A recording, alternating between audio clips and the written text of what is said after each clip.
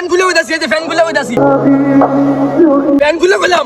সাদিয়া তোমাকে বিয়ে করতে চাই, তোমাকে আমি আমার আপন বউ বানাতে চাই। সাদিয়া প্লিজ বিশ্বাস করো, ফ্যান খুলে গেলাম। অনেকদিন ধরেই দেখতেছি পাগলটা টিকটকে করতেছে আবলামতি। আমরা জানি টিকটকে অনেক ধরনের প্রতিবন্ধী বসবাস করে, এর মধ্যে এক বাঞ্চিতকে খুঁজে পাইলাম যার কোনো মান সম্মান নাই। ও সরি, টিকটকারদের তো এমনিতেই কোনো মান সম্মান নাই।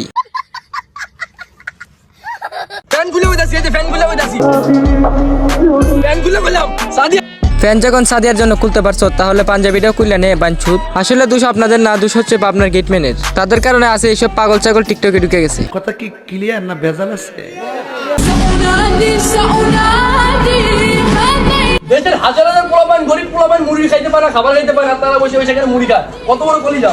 আচ্ছা ভাই, মেনে নিলাম দেশের হাজার হাজার মানুষ মুড়ি পায় না খাইতে, তাই এই বাচ্চা পোলাপান হাত থেকে মুড়ির প্লেটটা নিলি কাইরা, আবার এগুলো মাটিতে ফেলে দিলি।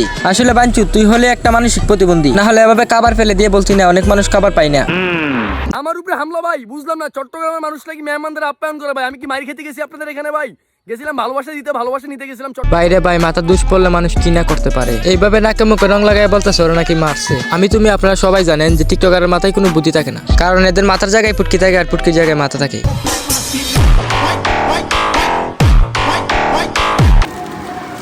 এক ভাই কমেন্ট করছে যে ভাই পারলে একটা কলম ভেঙে দেখান তো, এটা কোনো ব্যাপারই না ভাই।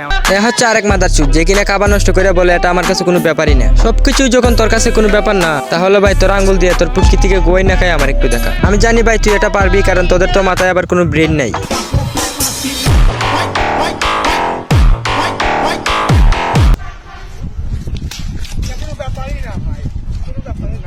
থাক ভাই, এদের নিয়ে আর বেশি কথা বলবো না, কারণ এদের ক্ষুধার সমস্যা আছে, এই জন্য আর পাগল ছাগলদের নিয়ে বেশি কথা বলবো না।